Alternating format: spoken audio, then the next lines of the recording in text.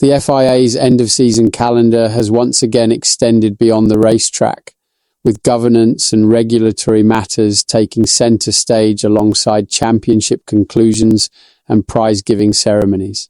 As Formula One continues to operate under increasing scrutiny, procedural clarity and consistency have become key talking points among teams, officials and observers across the paddock. Recent seasons have shown how decisions taken during a Grand Prix can carry lasting sporting and political consequences. With margins often measured in tenths of a second and points battles decided by narrow gaps, the framework governing stewarding procedures has drawn particular attention, especially when post-race debates emerge around penalties and interpretations.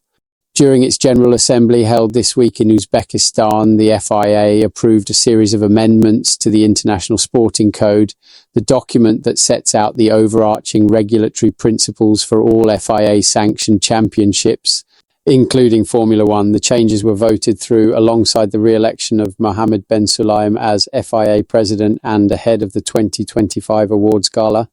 One of the most significant updates concerns the process known as the right of review.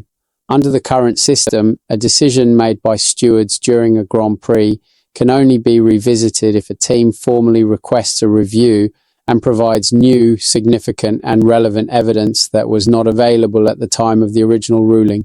This mechanism was applied earlier this year when a penalty issued to Carlos Sainz at the 2025 Dutch Grand Prix was overturned after onboard footage supplied by Williams was deemed admissible by the stewards. From 2026 onward, that framework will expand.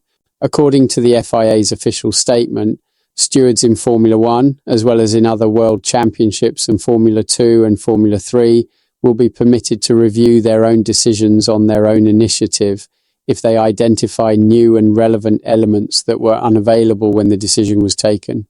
This removes the requirement for teams to trigger the process in every case and could lead to more proactive corrections.